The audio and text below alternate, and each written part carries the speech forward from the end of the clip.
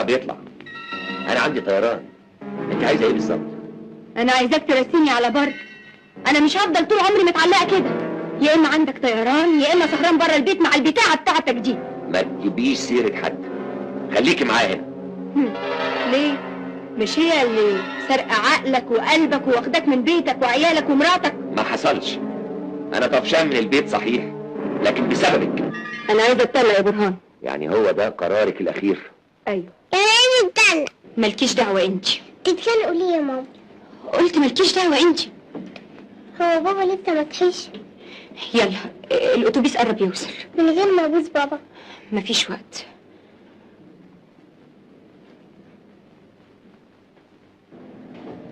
بابا اهلا اهلا.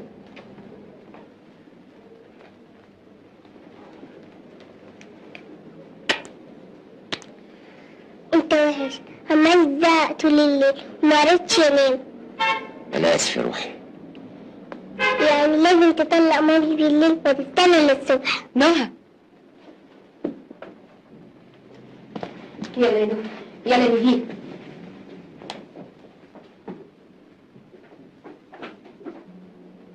مع السلامه.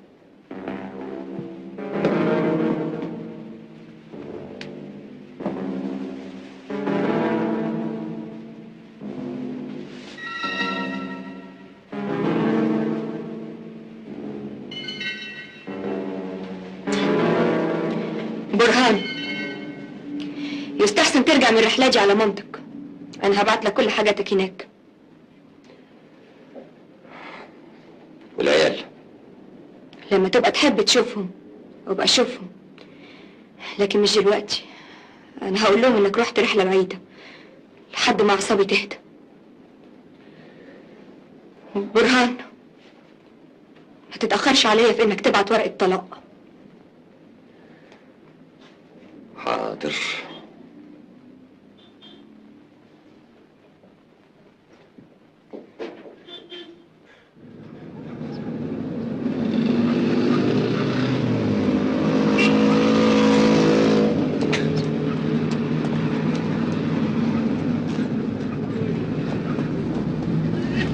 يا أخ.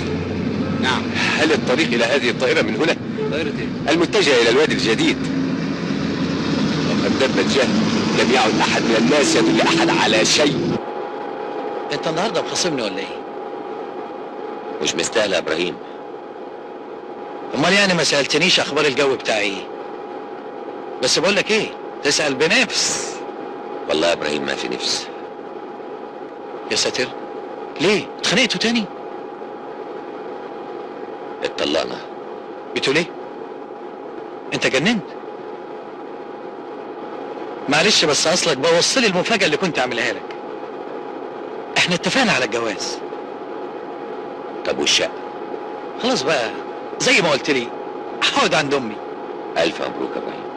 مبروك ايه بس وانت في الحالة دي؟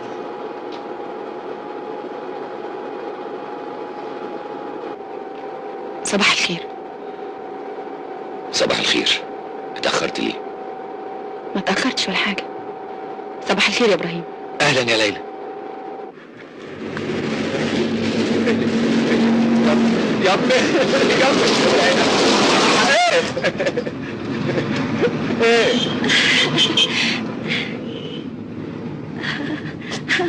هلو. مش تحاسبي. هلو. هلو. عايزالك يا امرأة، عايزالك يا امرأة. أيوة. أنا تعبت. ده أول فيلم تعمليه بعد عودتك من أمريكا. أيوة. معظم مشاهد الفيلم هتصور في وادي الجديد. أيوة. أيوة. ويا ترى العملية اللي عملتيها في أمريكا هتأثر على التصوير؟ أنت شايف إيه؟ حلو زي ما أنت. ميرسي. يا ترى اسم الفيلم إيه؟ ده اسم فانتاستيك خالص. اسمه يا شبشب الهنا يا ريتني كنت أنا.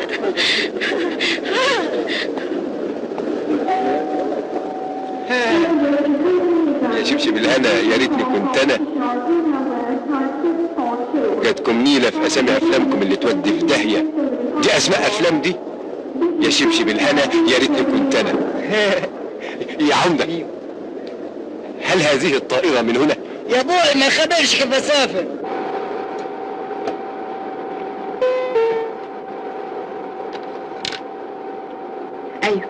ايوه يا ليلى، الركاب ابتدوا يوصلوا، استقبليهم. ما كانش في حاجه مؤكده يا ابراهيم، كان مجرد استلطاف. دي نتيجة طبيعية للفراغ اللي انت عايش فيه. ابدا، كان جواز عائلي، اوردر بالامر. عشان كده انا مصر اتجوز البنت اللي انا بحبها، وما اتجوزش بالطريقة التقليدية زيك. بس انا اعرف انها بتحبك. هي دي المشكله. كابتن برهان، انت عاوز توصل لايه بالظبط؟ عايزين نبتدي الرحله. اجهز انت على ما اطمن على الركاب. على رأيك.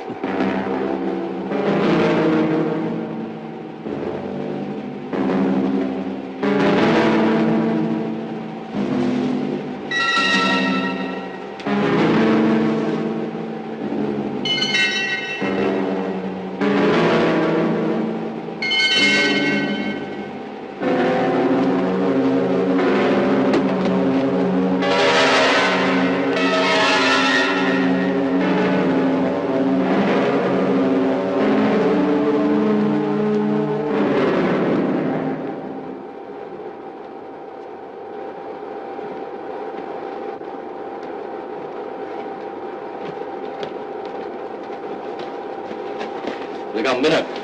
ربنا يكرمك يا سعادة البيه.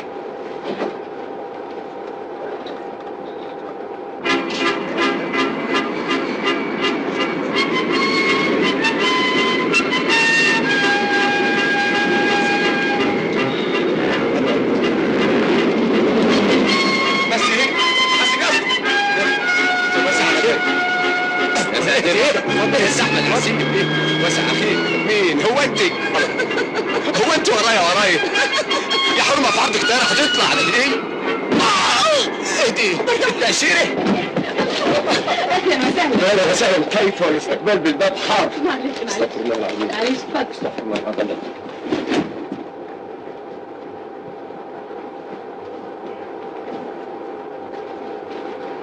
هلا هلا.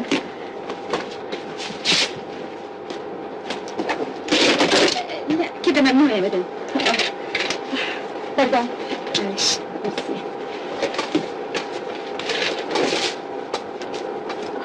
ترجع. مردون هو الكلام بفلوس.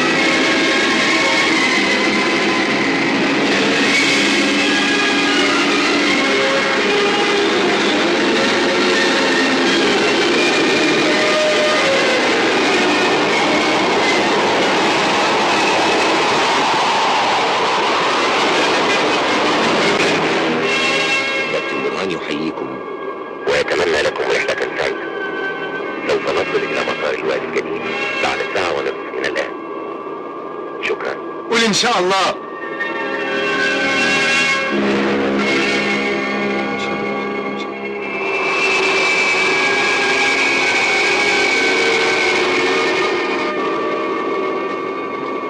حضرتك تشرب ايه؟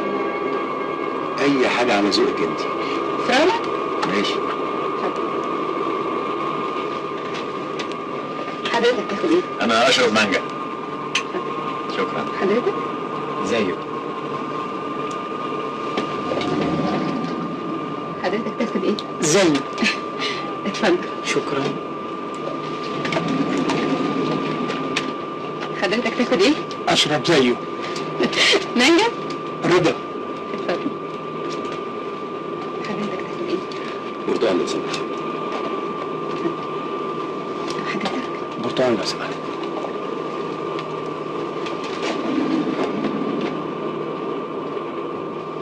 تمام؟ جوافة. جوافة؟ متشكر جدا، مش عاوز. فراولة؟ قلت لك مش عاوز.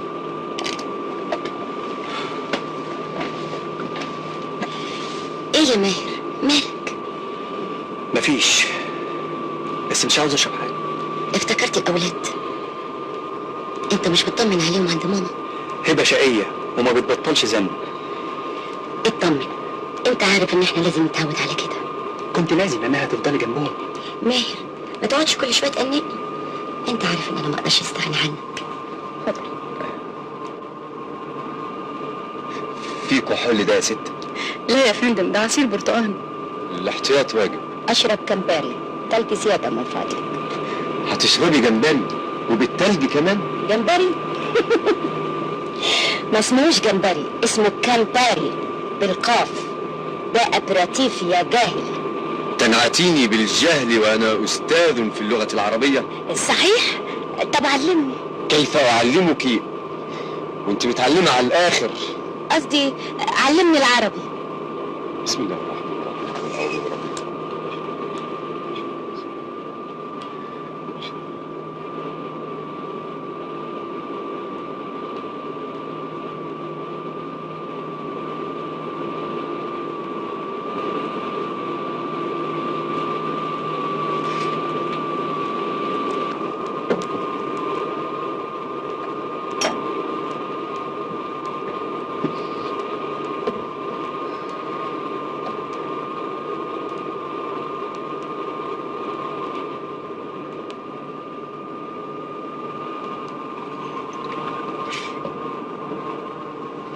عايز حاجة؟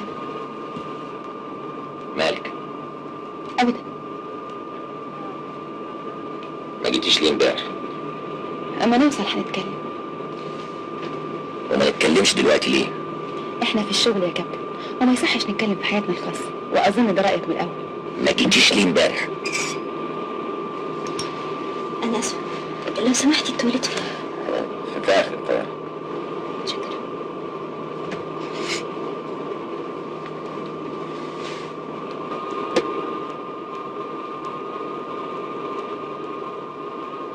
أنا طلعت النهاردة الصبح.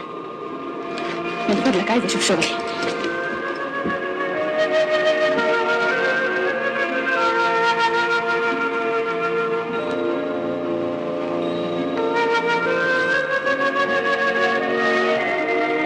اول مره تركب طياره منها؟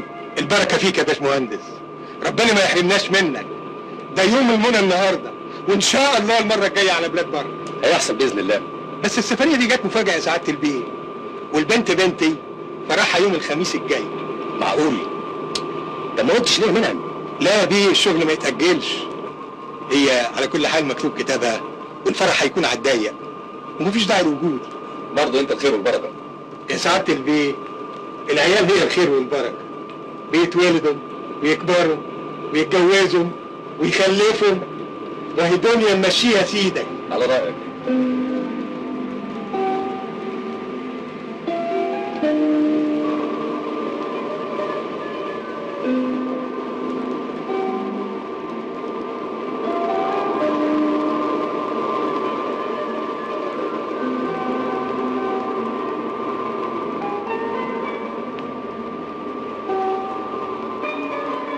الدنيا دي غريبة قوي يا مختار.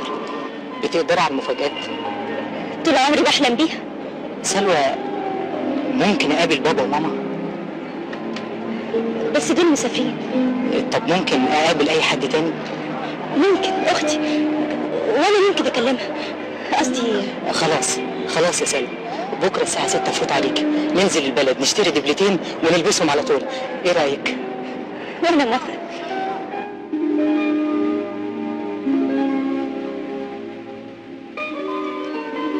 بس عليك يا سلوى، ما كنتش اعرف ان ممكن يضحك عليكي بالطريقه دي.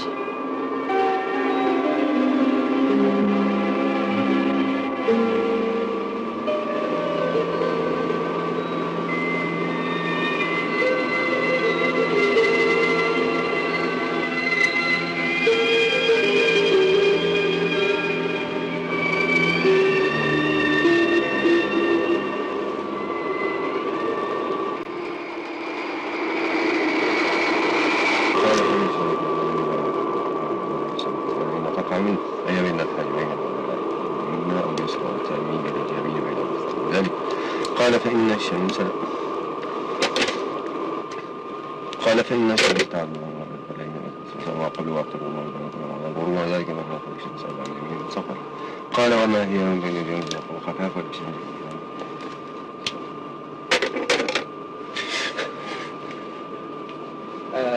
ممكن كوبايه ميه لو سمحت؟ دي واحده. اكشف ورقه منتصر. انت معاك ايه؟ مالكش دعوه باللي معايا. اكشف انت ورقك. لا دي عايزه ازازه بيره. بلاش دوران يا حجاج، الآلات دول فيكم يكشف ورقه. البنت المضيفه دي يا جدعان عليها جوز رجليه، يتدب فيهم رصاصه. يا عم ملناش دعوه، مش عايزين مشاكل في الطياره.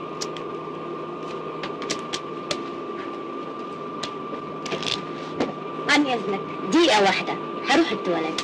يا ستي هو انا خدام ابوكي؟ يا دي الرحله اللي مش فايته. دي دقيقه واحده مش دقيقتين. متشائم.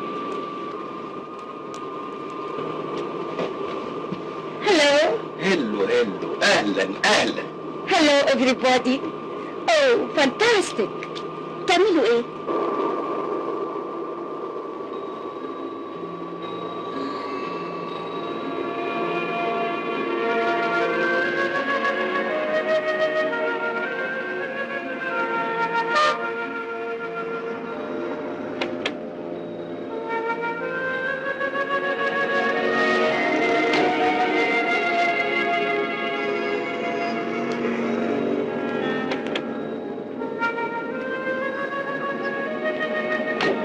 أنا صحيح حبيتك، لكن مش على حساب حد.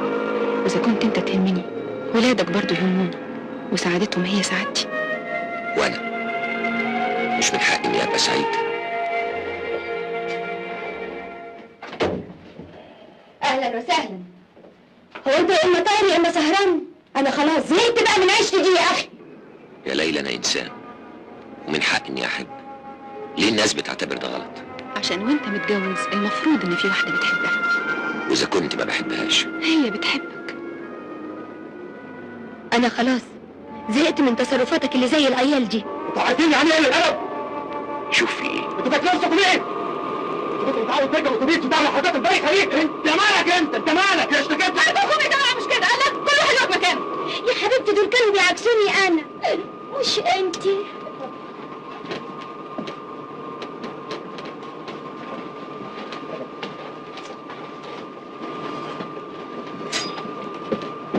ايه؟ لا مفيش حاجة، ده سوء تفاهم بسيط. يا جماعة أنا بعتذر لكم عن اللي حصل، ده من كرم اخلاقك بس. وأرجوكم تهدوا خالص، مفيش أي حاجة حصلت. ممكن اعرف بس ايه اللي حصل؟ هقول لك بعدين.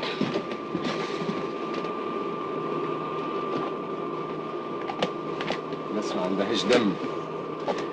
انت عايزه ايه يا ست انت؟ يعني اسيب لك الطياره وانزل؟ بخاف اقعد لوحدي، وبعدين هي حشرت نفسها ليه؟ دول كانوا بيعكسوني انا، معقول هيعكسوها هي؟ مظبوط، ما انت زي الزنبلك يا ست هانم. زنبلك؟ فانتاستيك. ايه زنبلك دي؟ يعني ما انتيش قاعده على بعضك. انت لطيف قوي. اعوذ بالله من غضب الله، اعوذ بالله من غضب الله. لازم يعملوا كشف هائع على اللي بيركبوا الطائرات حفاظا على الذوق العام.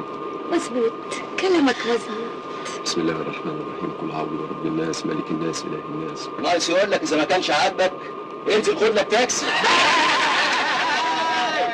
امسك اعصابك. ما هي الدنيا بقت فوضى، كل ما نروح في حته نلاقي واحد عمل لنا فيها مصلح اجتماعي، قال ايه؟ بيهندس علينا، احنا برضه مهندسين. المفروض ان احنا نتكتم بقى وبلاش نتنفس حتى. انا ما قلتش كده والله، ما حدش وجه لك كلام. بلاش الاسلوب بقى، هتعلمني الادب. انت فعلا عايز تتعلم الادب. خد زميلك استغفر الله العظيم يا عظيم. استغفر الله العظيم. الله الله الله يا جماعه، كل الخناقه دي عشاني انا. عشانك. ابعدي عني. استغفر الله. ما تتكلم حاجه، ما تقول حاجه. يا جماعه مش كده يا جماعه. انت حد من دول اللي كده لو سمحت.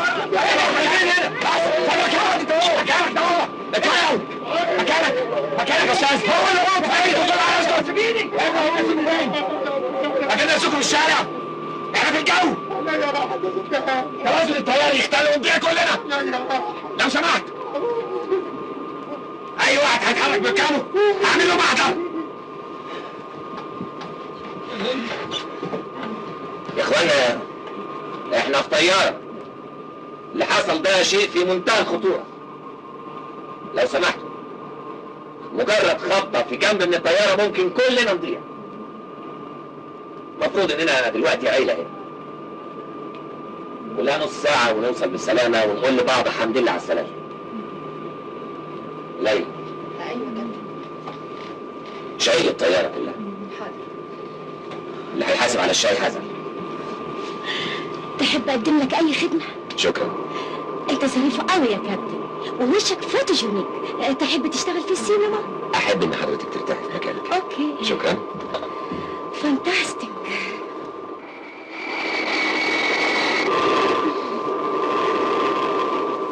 عموما مفيش حاجه، خبطه بسيطه بس اعصابه تستريح. نسيبه ليه النص ساعه اللي فاضله هيبقى احسن.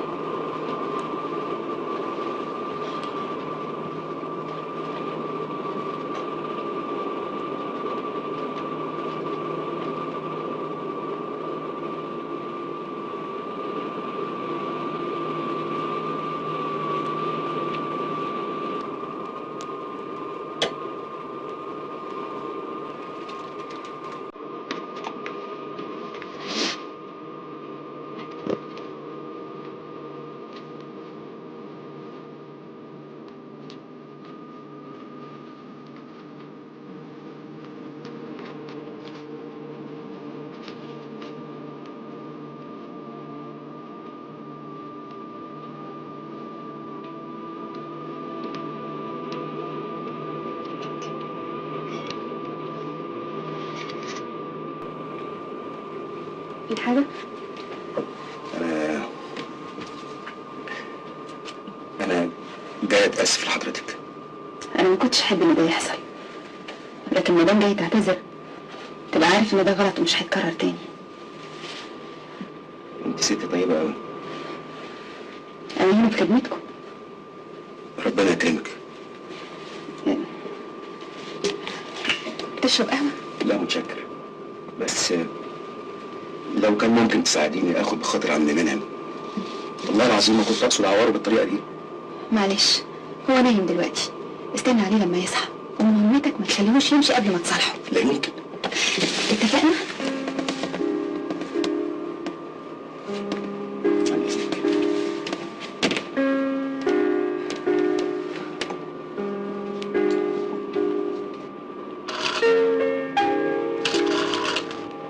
يا ليلى الناس دي طيبة قوي. مش مغلبهم إلا لسانهم. ما هو كمان مش ممكن هيشوفوا واحدة حلوة كده ويسكتوا. هما ما كانوش بيعكسوا، كانوا بيتسلوا. لدرجة الموت؟ مش كان ممكن تحصل حادثة؟ كان ممكن طبعا. أنا شخصيا لما شفت منظر الخناقة وأنا بجري عليهم بصراحة افتكرت ولادي. ما أنا بقول لك يا كابتن، هما ما كانوش بيعكسوا، كانوا بيتسلوا. قصدك إيه؟ قصدي إن أول ما ترجع مراتك وتقعد وسط ولادك. ليلى برهان، أنت إنسان طيب ومن حقك إنك تحب، لكن أولادك وأنت عارف علاقتك بأولادك لازم ترجع لهم يا برهان، لازم. انت بتلعبي بيا. انتوا بتتخانقوا؟ فانتاستيك. مكانك لو سمحتي. اوكي.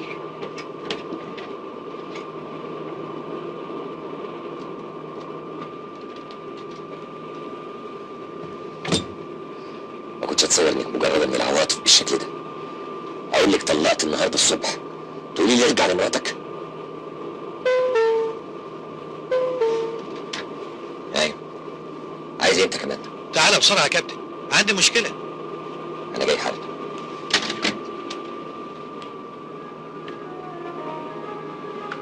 بحبك يا برهان، بحبك، بس مش بإيدي، مش بإيدي. من امتى لاحظت الحكايه دي؟ من 5 دقايق. بص على المحرك. كان نفسي ادخل الكليه الحربيه او الطيران او البوليس. كان نفسي البس بدله ظابط، ما تعرفيش ليه. وفي الاخر رست على مدرس ابتدائي، حتى ما جاتش وسط. مين عارف؟ ايوه مين عارف. مين عارف بقى كلمه العاجز يا انسه سلمى، بنقولها بس لما بنفشل، لما ما نحققش حاجه من اللي احنا عارفينه. انت بتقرا كتير يا مصطفى. انت حاسه ان كلامي منقول من الكتب ولا ايه؟ لا مش قصدي. انت مالك هجومي كده ليه؟ ابدا، مجرد دردشه. من غير يأس. ما وعدكيش. ليه بس؟ ده انا مش ناقصه. رايح فين؟ اشرب عطشان. طب هات لي كوبايه ميه معاك. يا دي الرحلة اللي مش فايتة على خير. أنا متشائم منك يا ست انتي. هتقعد كتير في الوادي الجديد يا مصطفى؟ 4 سنين. يعني زي؟ عظيم، لقينا حد يطبخ لنا كل يوم. انت بتشتغلي ايه؟ اخصائيه اجتماعيه. لو العداد بيقرا صح تبقى مصيبه. تعالي يا ليلى. قدامنا قد ايه على المطار؟ احنا في اخر دوره. يبقى مش هنلحق. في ايه؟ غلبان قوي الراجل ده، مكافح. تصور ان بنته هتتجوز يوم الخميس الجاي. معقول؟ ما انا ما هربتش الا لما ركبنا الطياره. لازم نبعت لها تلغراف وفلوس كمان. بس المهم هناك في مكتب بريد. طبعا يا علي دي محافظه. اما شكلنا كده بيقول زي ما يكون رايحين نحييها. احنا رايحين نسد العجز الموجود ونكمل. انا بسمع ان الوادي الجديد ارض خصبه قوي ومحتاجه شغل كتير جدا. احنا محتاجين في كل حته وادي جديد يا خليل. مش معقول هنعيش على الوادي اليتيم في مصر. لازم ننقذ الموقف باي طريقه. ده تحدي يا ابراهيم. ليلى خليك معايا، مش عايزهم يحسوا باي حاجه.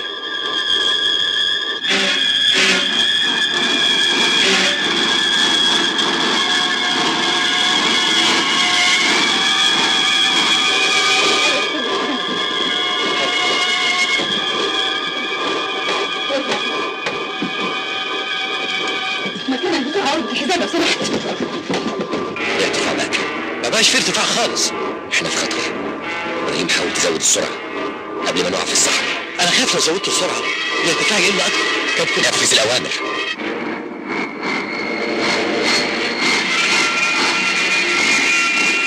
بقينا قريبين من الارض يا ابراهيم. نكلم المركز. ايوه. الوادي الجديد يا اخبار ده. الوادي الجديد يا اخبار. هو احنا قربنا ولا ايه؟ ليه؟ اصل انا شايف ان الصحراء ابتدت تبان. يمكن. الحمد لله على السلامه. الله يسلمك. شايفه الرمله شكلها جميل ازاي يا مها؟ عندنا رمله في مصر نبني بيها بلاد. نبني عليها مش بيها. الا بالمناسبه تيجي نبني بيت هنا ونجيب الاولاد ونقعد هنا على طول. يا ريت. لا زحمه ولا مواصلات ولا مشكله تليفونات ولا قلنا ولا قال. متهيألك محدش في الدنيا يقدر يعيش من غير ناس ولا مواصلات ولا زحمه ولا رغي.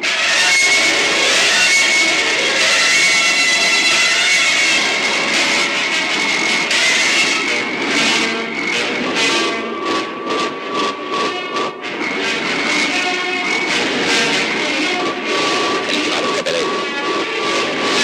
يا دكتور انا بفقد ارتفاعي بمعدل عالي. عندي تسريب زيت في المحرك اليمين. احتمال عن هبوط اضطراري. مش حاجه.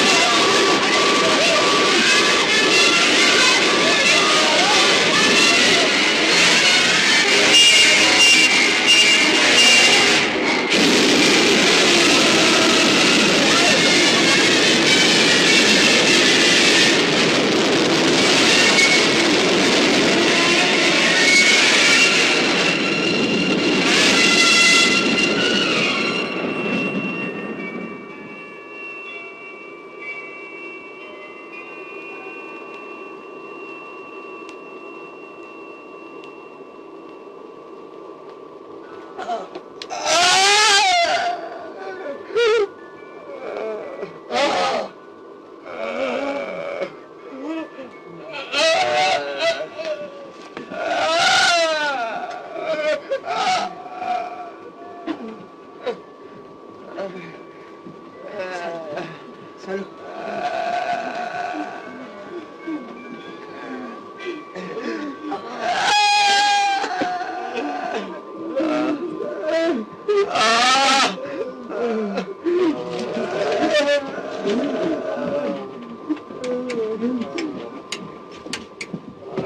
فضلك يا مها، شوف الراجل اللي هناك ده. حضرتك دكتورة؟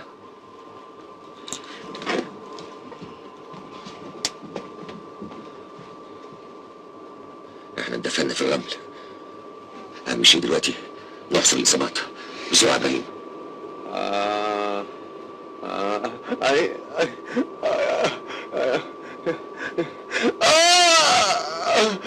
دراعه مكسور، هحاول اعمله ببيرة بس عايزة حتة خشبة. حتة خشبة، حتة خشبة. مسطرة تنفع؟ تنفع كويس قوي. الحالة هنا اكتر. اندهي يا دكتور. حاضر. ازاي دلوقتي؟ كسر بسيط، صلحنا له وضع العظمة، بس لازم دراعه يتجبس. مش لازم تحرك دراعك. ورحمتك يا رب. دكتور الحالة اللي هناك اخطر. حاضر يلا.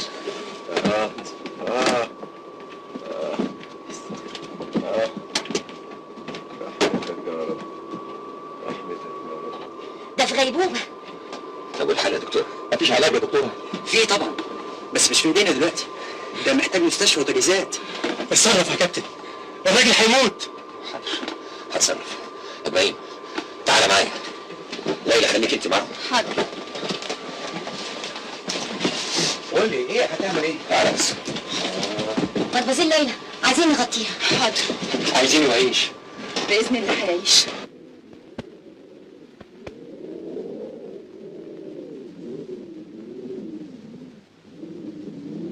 ايه اللي حصل؟ الاتصال اتقطع بين الطيارة والمطار حوالي الساعة 3:10. كان فاضل على وصولها المطار 25 دقيقة. دي منطقة الاحتمال اللي اتقطع فيها الاتصال. هي دي يا فندم منطقة الاحتمال. يعني دي منطقة الاحتمال الأولى. طب عايز طيارة استكشاف تطلع فورا.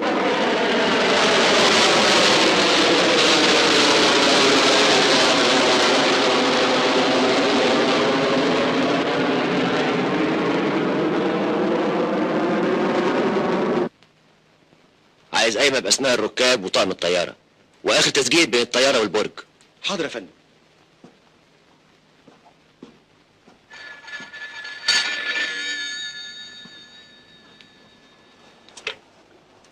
ألو؟ أيوة يا فندم. إحنا بنتابع الموقف. هنعمل اتصال بكل المطارات اللي حوالينا. حاضر يا فندم. هبلغ سيادتك. مع السلامة يا فندم، مع السلامة.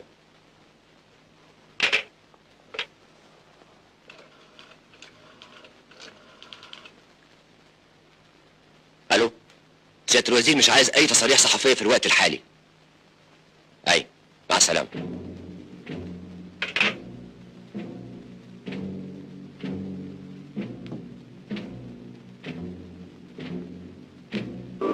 وبعدين هنعمل ايه دلوقتي؟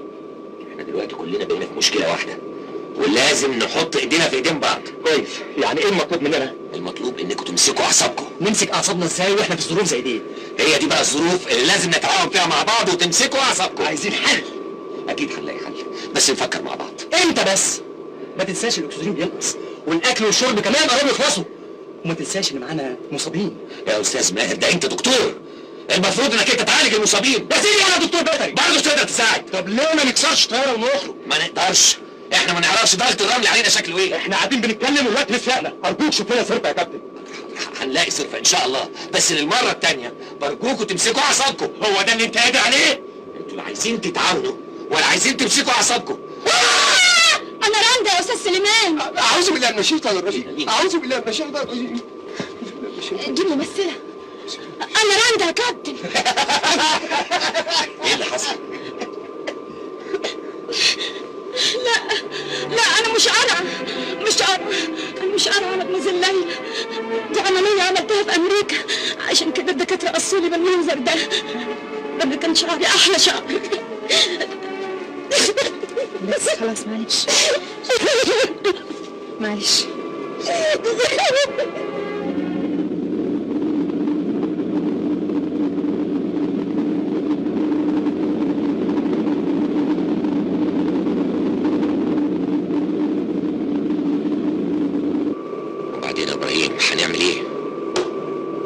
لازم نخرج من هنا بسرعة. الأكسجين كل شوية بيقل، والحل الوحيد إننا نعمل فتح.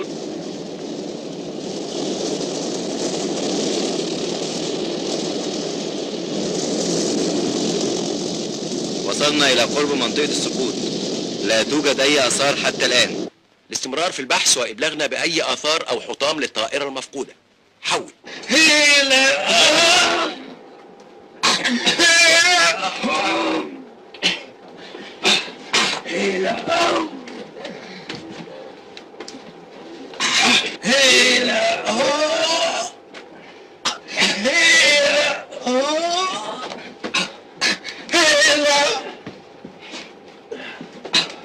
وبعدين هنعمل ايه دلوقتي؟ نفتح فتحة.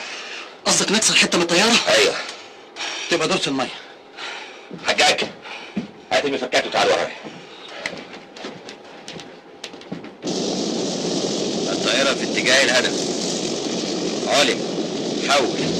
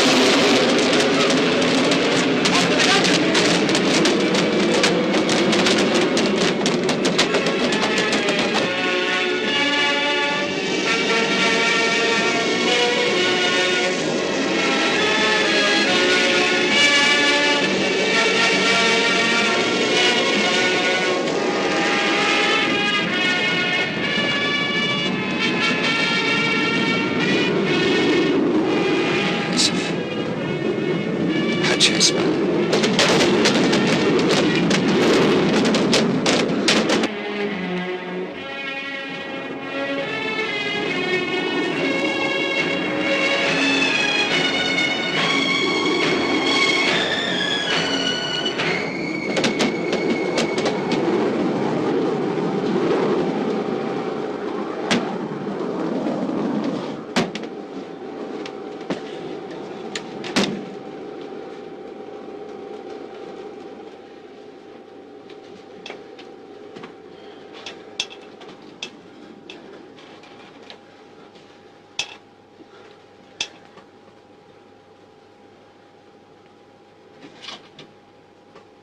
امال يعني راحت فين؟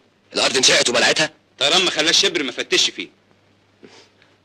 لو ما كانوش يقولوا عليا مجنون كنت احفر الارض. كايرو كنترول، انا بفقد ارتفاعي بمعدل عالي. عندي تسريب زيت في المحرك اليمين، احتمال عامل هبوط اضطراري. الطياره من الكلام اللي سمعناه ده يا اما وقعت يا اما انفجرت في الجو. يبقى كان لازم نلاقي حاجه منها. مفيش بلاغات من الدول اللي حوالينا؟ مفيش يا فندم. طب بلغ السلطات تتصل بالدول اللي حوالينا، تحاول تدور على الطياره في حدودنا المشتركه معاهم. حاضر يا فندم.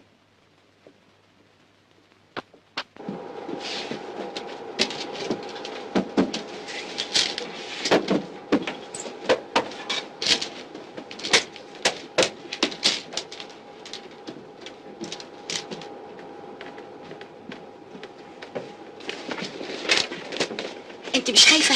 ابدا. هخاف من ايه؟ من اللي احنا فيه ده. تعرفوا يا جماعة احنا في مغامرة فانتاستيك، لو اتعملت فيلم يطلع يتجنن. بس ما نموتش. الاعمار بيد الله. هو نعمة بالله احنا ملناش حاجة. بس دكتورة مها، ده انت دكتورة ومهمتك ساعات بتتطلب منك انك تبتسمي في وش المريض وانت حاسة انه ممكن يموت، بتقولي له صحتك زي البومب. احنا كمان مهنتنا زي مهنتكم، لازم نبتسم في وش الركاب، دي مسؤولية. يعني ايه؟ يعني كنت بتكذبي علينا، عارفة ان احنا في خطر وبتضحكي علينا ومش كده؟ لا ابدا ابدا، بالعكس. انت عارفة انتوا لو سالتوني دلوقتي شعوري ايه هقول لكم ان انا متفائله جدا جدا. عارفه ليه يا دكتوره؟ ليه؟ احنا معانا كابتن ايديه زي اكبر جراح بتديله المشرط وانت مطمنه. الكابتن ياما دخل في اهوال كتير وخرج منها بسلام. يا ريت تطمنوا، ويا ريت كمان نطمن الناس اللي معانا. عارفه احنا لو وصلنا لكده يبقى وصلنا لنص الانقاذ. ايه انتوا بتودعوا بعض؟ بالعكس احنا بنتقابل. لو سمحت يا دكتوره شوفي لي قطن عندك. وريني كده. واحده بسيطه. لا دي بسيطه. بسيطه. اتفضل يا كابتن. شكر. هو حضرتك لسه عينك بتوجعك برضو؟ مش قوي. يا ساتر، ده انت زي اللي خارج من ماتش بوكس. نصيب. ايوه، وغير نصيبنا ما هيسيبنا. اسمك كريم ايه؟ عامر قدري. تشتغل ايه؟ باحث جيولوجي، متخصص في الارض يعني. طب ما تكلمها لنا تحن علينا وتشوف لنا مخرج. والله يا استاذ سليمان انا خايف لا نكون وقعنا في بحر من الرمال المتحركه. يعني خطر؟ ربنا يستر. يا مسهل سهل. نفسي اروح الحمام يا جدعان. ما تمسك نفسك يا استاذ سليمان، هتعمل زي العيال الصغيره. خلاص مفيش حمام. هو انت يعني بتاكل ولا بتشرب عشان تبقى مزنوق قوي كده؟ دراعك مش لازم يتحرك. نروح يا عامر، هما الستات عملوا عليا حسبه ولا ايه؟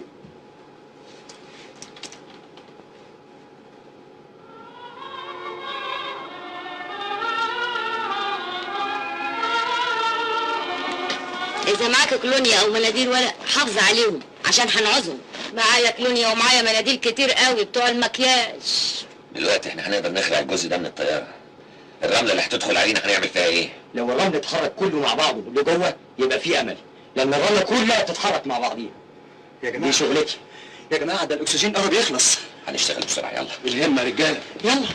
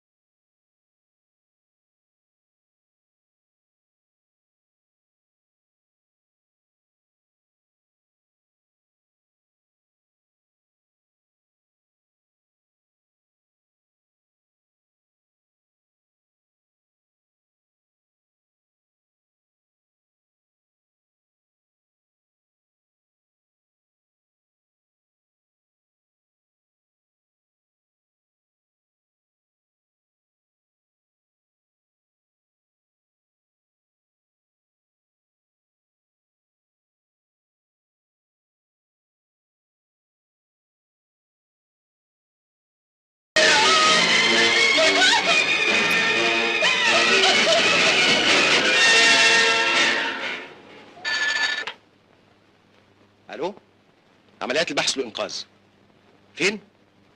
طب ابعتوا لنا تفاصيل كامله. لقوا الطياره فين؟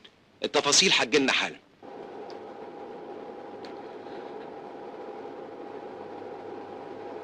خلاص مفيش افلام، مفيش تمثيل بعد كده، في موت وبس.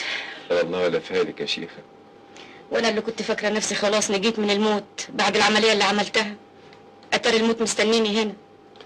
بسم الله الرحمن الرحيم. أينما كنتم يدرككم الموت ولو كنتم في بروج مشيدة. صدق الله العظيم. استاذ سليمان، اديك كنت قرفان مني طول الرحله. ادي احنا هندفن سوا في مكان واحد. الموت علينا حق. لو اتعلمت تقري الفاتحة هتفهمي أكتر. علمني يا استاذ سليمان.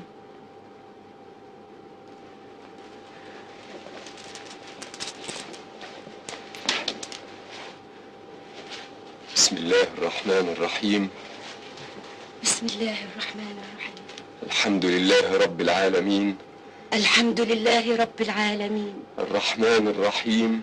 الرحمن الرحيم. مالك يوم الدين. مالك يوم الدين. وقعنا في رملة متحركة. الطيارة كل شوية هتنزل تحت. اندفنا خلاص. هنموت في قبر حديد أشنع موتة. أرجوك تسكت، أنا مش عايز أموت. مصطفى، أستاذ سليمان، إحنا هنموت يا أستاذ سليمان. إياك نعبد وإياك نستعين.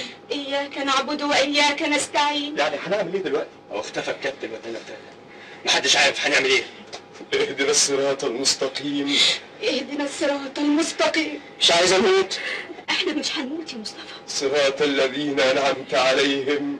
صراط الذين أنعمت عليهم. طب انقذونا بقى. غير المغضوب عليهم ولا الضالين. غير المغضوب عليهم ولا الضالين. آمين. إخواتي بنات. إخواتي بنات. مين هيربيهم؟ مين هيربي إخواتي؟ مش عايز أموت. مش عايز أموت. مش عايز أموت. ما قلتلناش هنعمل إيه؟ هنكمل الفتحة اللي عملناها. هو ده اللي أنت قادر عليه؟ مش دي مسؤوليتك؟ ما تخافش يا ناس، احنا مش هنموت، احنا هنعيش وهنروح لولادنا. يا حبايبي يا ولادي. أعمار بيد الله. الأعمار بيدك أنت يا خالق الخلق. الرحمن الرحيم. ارحمنا. اللهم الطف بنا فيما جرت به المقادير. يا رب إذا كانت دي نهايتنا الطف بنا. بلاش الموت الشنيعة دي. حياة حبيبك النبي محمد. يا رب.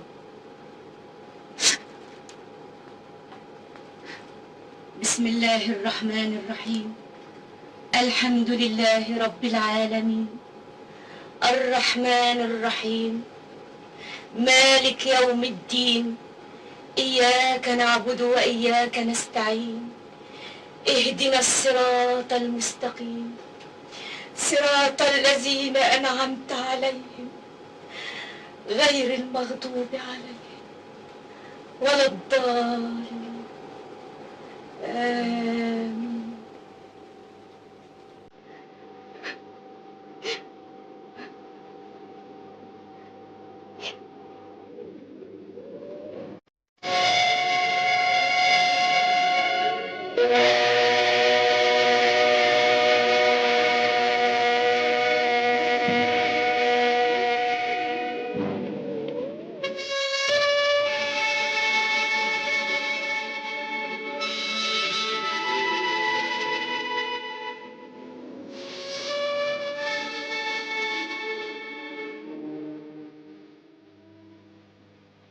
اتفضل سيادتك.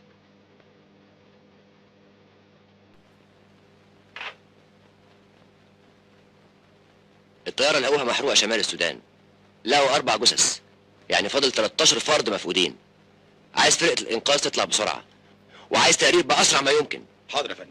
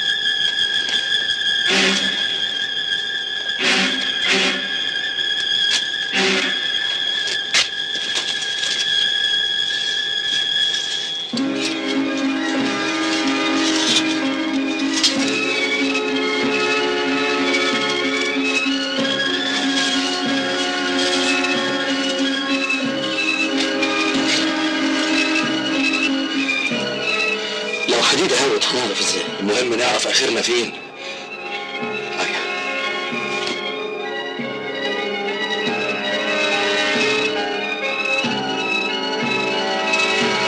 سامعني؟ في حد سامعني؟ انا برهان. سامعني؟ في حد بره؟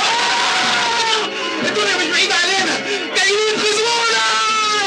هيحفروا عشان يوصلوا لنا. مش هنستنى لما يحفروا، هنحفر احنا.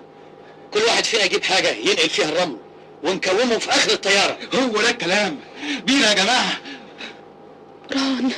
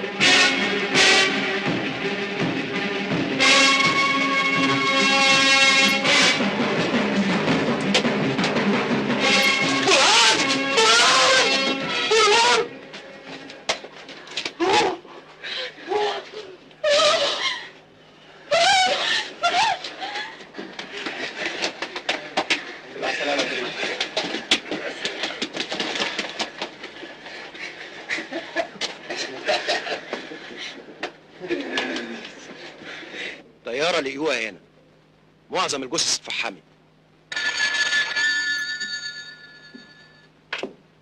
الو. ايوه يا فندم. طيب متشكر قوي. في يا فندم. الطيارة اللي لقوها مش بتاعتنا، دي طيارة من نيجيريا.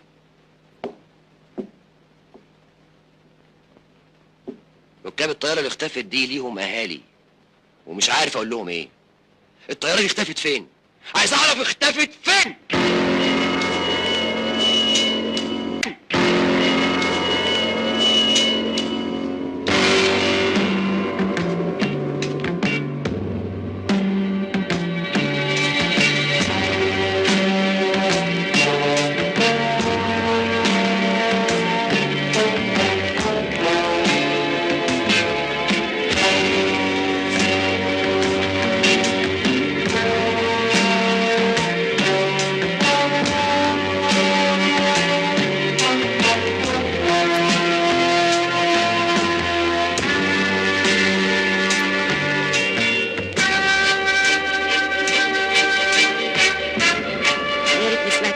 وفضلت جنب الأولاد.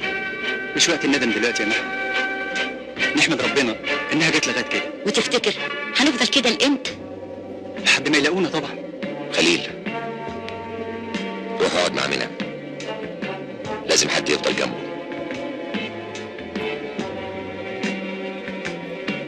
أكيد صوت الطيارات اللي سمعناه واحنا جوه صوت طيارات البحث اللي بتدور علينا. لما ما لقولناش اثر فقدوا الامل فينا. يعني ايه؟ مجرد احتمالات. ولو ما كانتش احتمالات يبقى لازم ندور على حل، والا هنموت في الصحراء.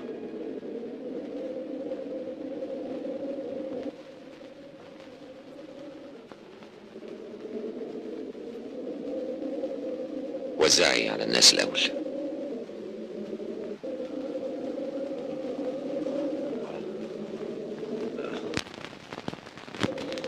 ها ازيك دلوقتي؟ دراعي بينقع عليا قوي. طب احسن برضه. تاكل حاجة؟ شكرا. يا راجل قوم خش جوه من الهوا. اسكتي يا امرأة. عليا النعمة، انت شكل الرغيف الآلي.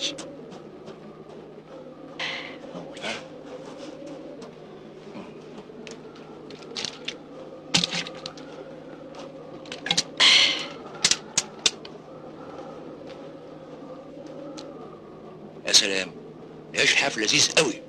ده بس عشان مفيش غموس. مظبوط. مفيش كوباية ليمون؟ يهمون ايه يا جلال؟ اشرب شويه ميه دول دلوقتي لقينهم. يا عالم بكره هيكونوا موجودين ولا لا؟ على رايك ربنا يلطف بينا. اللي انقذنا من الدفنه دي ينقذنا من الصحراء.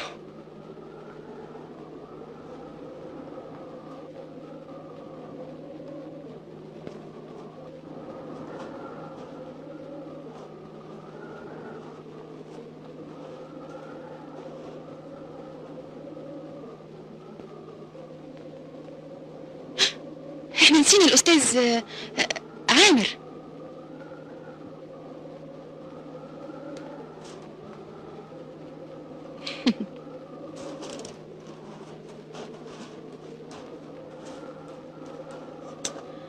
اتفضل.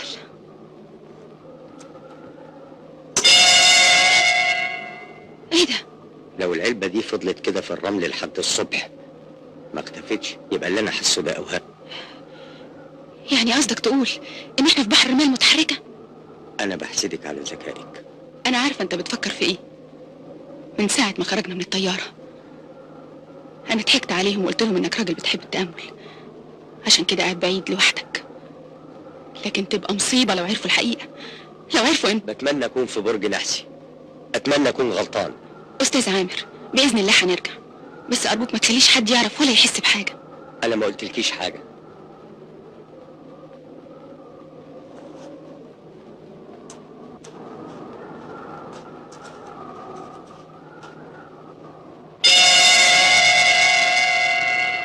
والله زي ما بقول لك كده، عمري ما عرفت واحده الا ولازم يطلع لها اخ.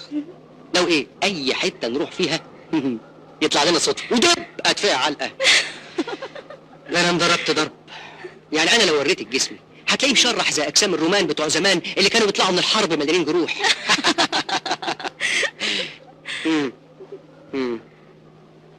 بتدور على ايه؟ اوعى يكون في حد من اخوك. تخافش، ده احنا في صحراء. اوعى انت تهرب مني. دي حقيقة انا عايشة فيها يا مصطفى، مع اني مش بنت العبية، محدش لمس ايدي، لكن مش عارفة ليه كل ما اعرف واحد يهرب مني.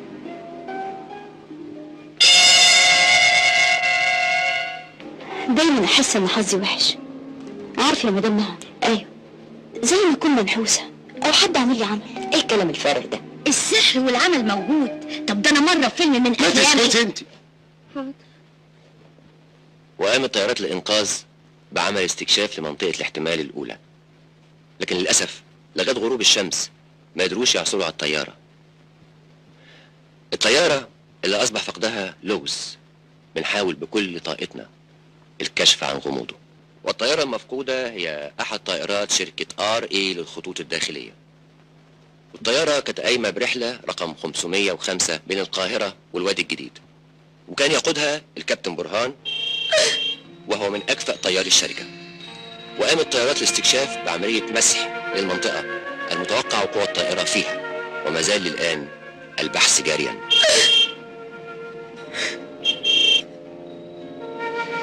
انت وحش، عمال زعق طول الليل، ما عرفتش انام. اصحى بقى يا حبيبي علشان تلحق شغلك.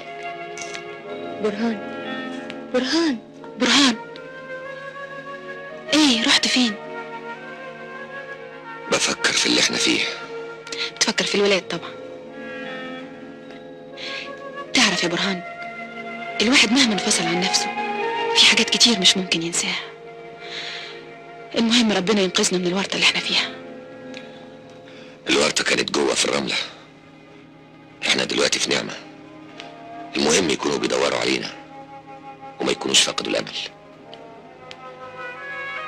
ادخلي انت استريحي شوية. طب اجيب لك بطانية؟ انا هدخل بعد شوية. طيب.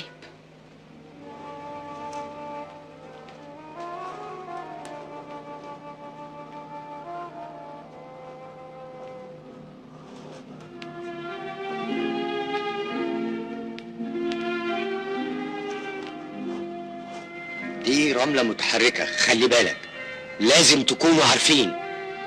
أرجوك يا أستاذ عامر، مش لازم حد منهم يعرف عشان روحهم المعنوية. لكن ده احنا في خطر خالص. أستاذ عامر، دي مسؤولية وانت عارف خطورتها. يا راجل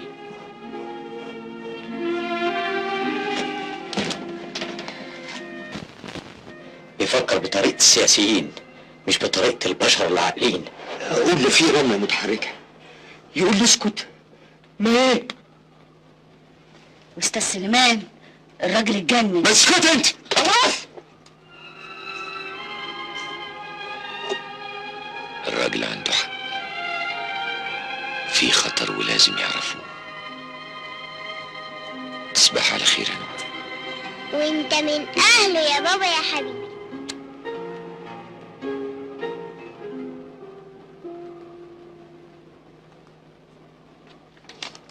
عارف يا أستاذ سليمان، أنا أول مرة سافرت فيها كانت أمريكا، بس يا ريتها كانت فسحة. بص النبي يا أستاذ سليمان، بص شكلي حلو إزاي. شوف شعري ده قبل العملية حلوة. ها؟ اسمك ايه؟ ام ايه؟ أم خنيزة. ام خنيزة الوزيري. اعوذ بالله، ما وجه العلاقة بين ام خنيزة ورندا؟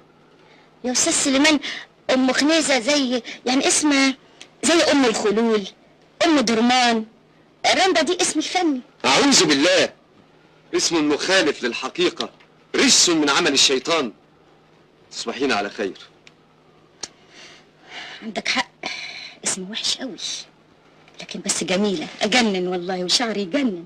عارف مرة يا أستاذ سليمان نامي يا امرأة واستعيذي بالله. نامي. حاضر.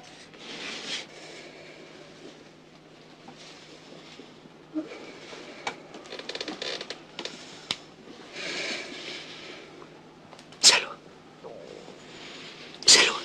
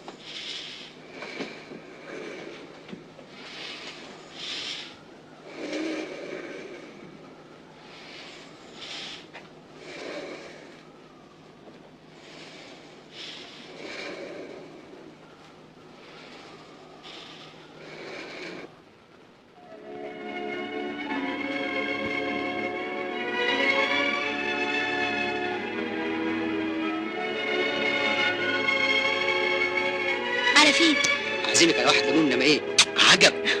وحتتين جاتوه معاه. ماشي. وقفت ليه؟ معقولة هنروح عماد الدين ماشي نشوف تاكس؟ تاكس تاكس. الله تضحك على ايه؟ الطيارة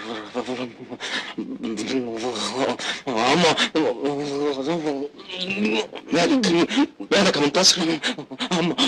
بخير بخير ان شاء الله. يا ساتر، ده انت سخن نار. دكتورة مها يا ست. في ايه؟ في ايه يا حاج؟ منتصر سخن نار وبيخرف.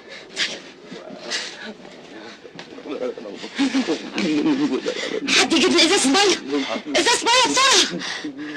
واحنا مدفونين تحت حسيت في لحظة بالخوف واليأس، مش عشاني، عشان اخواتي، خصوصا الصغيرة. اما دلوقتي عندي امل، دايما الامل بيدفع الانسان لقدام. برغم اللي احنا فيه. برغم اللي احنا فيه، ولو طول اتجوزك دلوقتي هتجوزك. مصطفى انا بخاف من الكلام ده. احنا رايحين الوادي الجديد مع بعض، رايحين نعمر ونعلم ونبتدي حياة جديدة. لو فيها اتنين زيي وزيك كده اكيد هتبقى حياة سعيدة.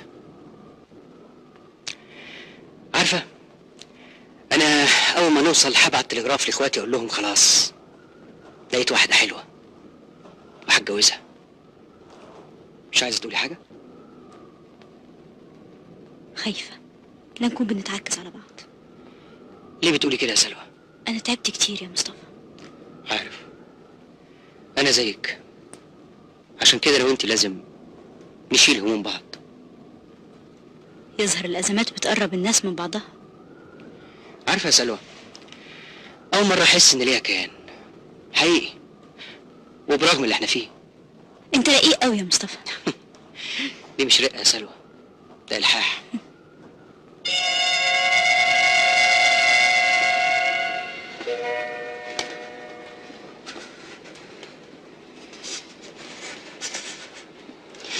حمى شديدة.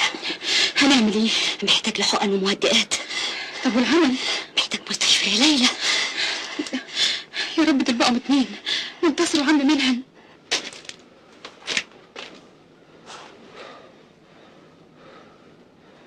وبعدين لازم يبقى في حل. أول ما يطلع النهار لازم أتصرف، وإلا هنموت كلنا هنا. كابتن برهان! كابتن برهان! يا ابراهيم خلاص انا لقيت الوصل المقطوعه، لقيتها الحمد لله.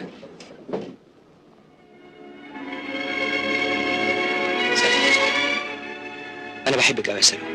وأنا كمان يا مصطفى. أول مرة أحس إن جوايا حب حقيقي.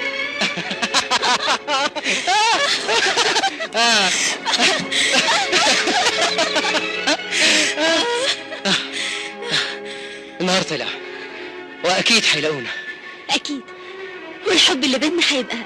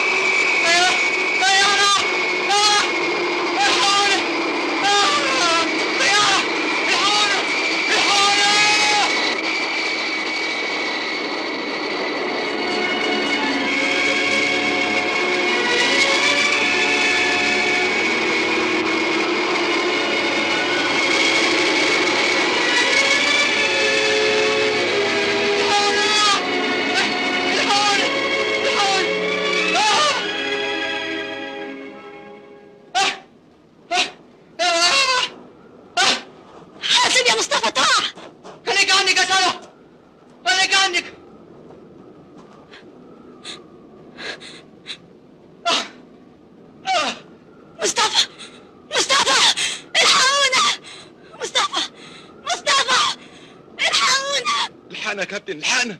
في ايه؟ سلوى بتصرخ بره الطياره.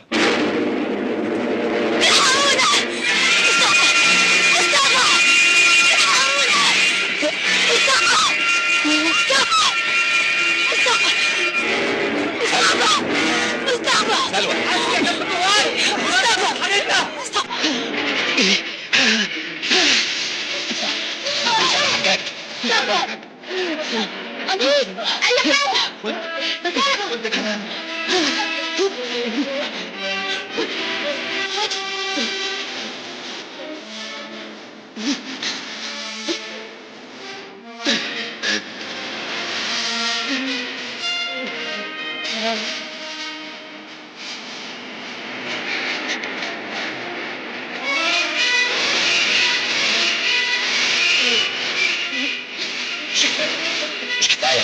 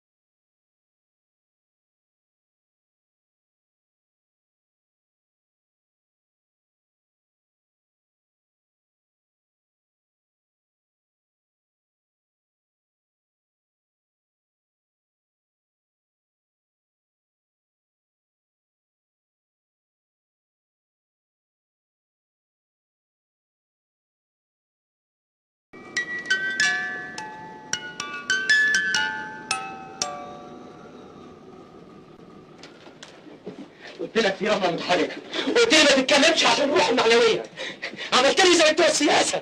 يا اخي حرام عليك، يعني كنت عارف ان احنا في رمال متحركه ومخبي علينا كلنا. كلنا كنا عارفين. ما حدش في اللي احنا فيه ده بيخبي حاجه على حد. مصطفى حتى مصطفى كان عارف الخطر اللي احنا فيه. شغل سياسه. انا ما بلفش وادور يا جدع انت. انا كنت بحاول امنع المواجهه اللي ممكن تحصل بينكم وبين نفسكم، لان الصراحه احيانا بتقتل. تقدر تقول لي ايه الفرق بين اللي احنا فيه دلوقتي واللي كنا فيه من ساعه؟ نفس الازمه، طياره واقعه ورمال متحركه وكله محصل بعضه. لا يا كابتن، في فرق. فرق اننا فقدنا واحد يا كابتن. كان ممكن نفقده قبل كده، وانا وانت بالذات، وممكن نفقده بعد شويه.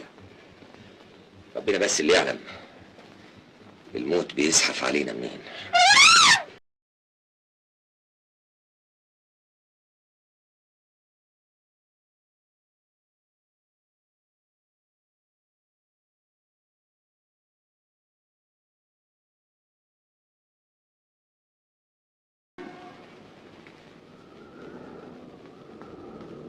عم منعم مات خلاص.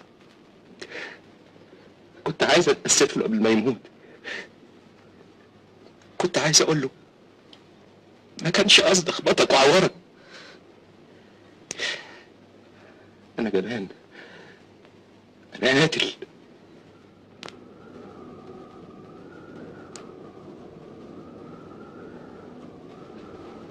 بسم الله الرحمن الرحيم.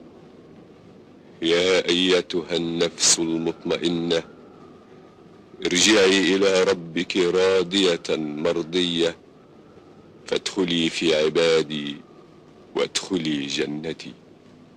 صدق الله العظيم.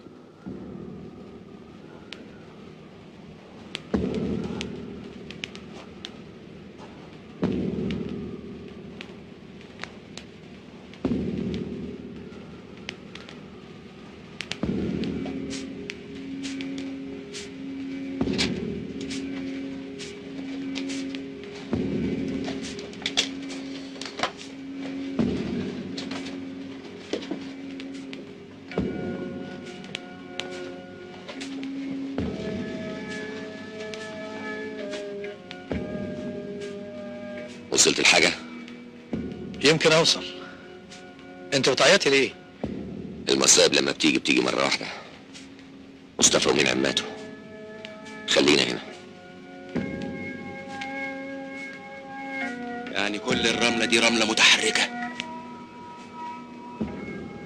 قاعدة تتفرج علينا مستنية عشان تاكلنا واحد واحد؟ لا، دي رملة طيبة. انا حسبت لكم. حجاج ارجع يا حجاج.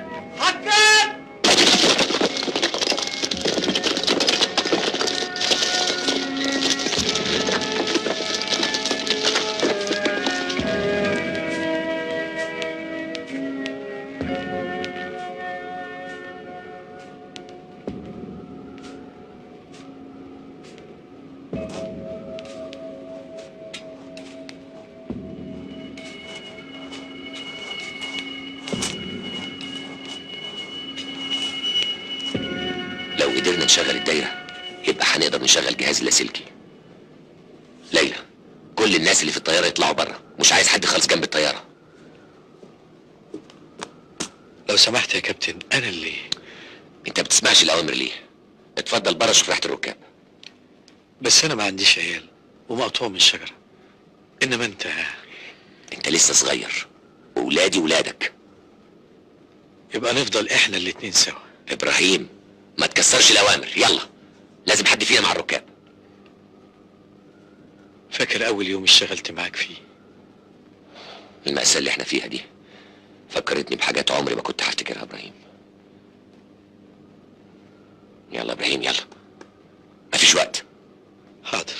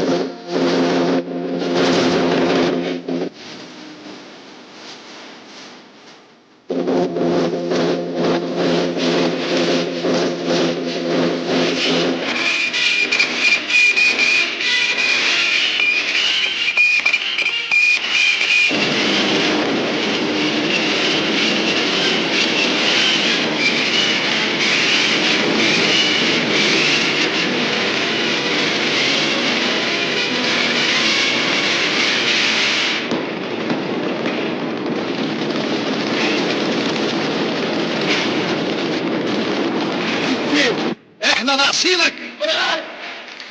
ليلى ليلى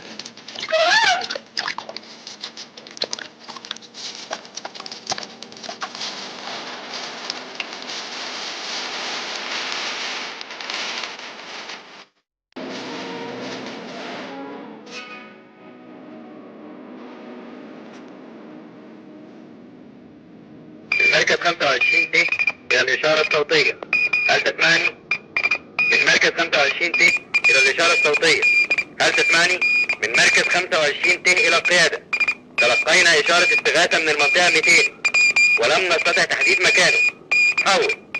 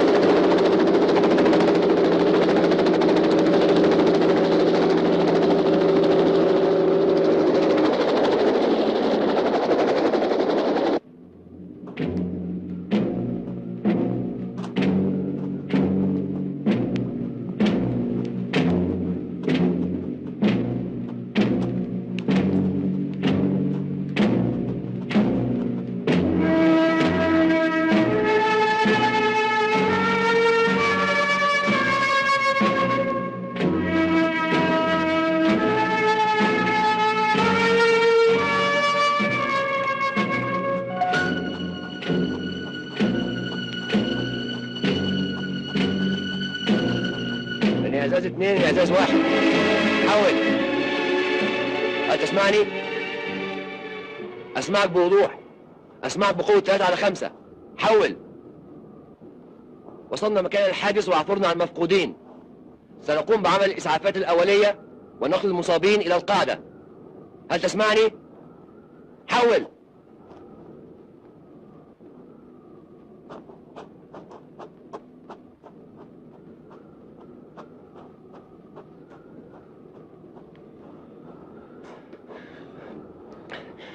كابتن برهان مش كده؟ ايوه. مقدم احمد الحناوي قائد القوة. واضح انكم تعذبتوا قوي. الحمد لله. معلش اتأخرنا عليكم شوية. مصطفى مصطفى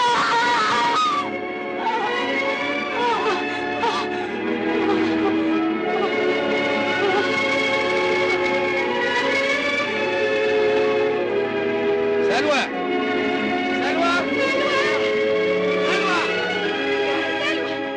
سلوى سلوى استني مكانك ما تتحركيش. ارجعي يا سلوى. تعالي تعالي، بقولك تعالي تعالي تعالي تعالي تعالي يا سلوى تعالي. اوعي تتحركي، خليكي مكانك، المستقبل لسه قدامك. أرجوك يا سلوى تسمعيني. عايز ايه؟ اوعي تسيبينا. لا عايز يجي معايا يجي، انا رايحه للي بحبه. أنا عاوز أجي معاكي، أنا بحبك يا سلوى.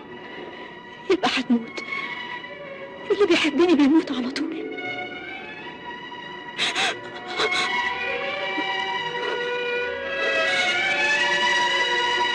اللهم لك الحمد والشكر. استاذ سلمان هيجيبوا لنا شنطنا امتى والهدوم؟ جايه ورانا العساكر اللي في الطياره عشان يجيبوا كل حاجاتنا اللي فيها. ايوه عشان انا ما اقدرش اقابل. بعيدي عني بقى، ريحيني. يا استاذ سلمان ما اقدرش اقابل الصحافه بالمنظر ده. انا مالي تقابليهم ولا لا؟ ما زلت متشائم منك.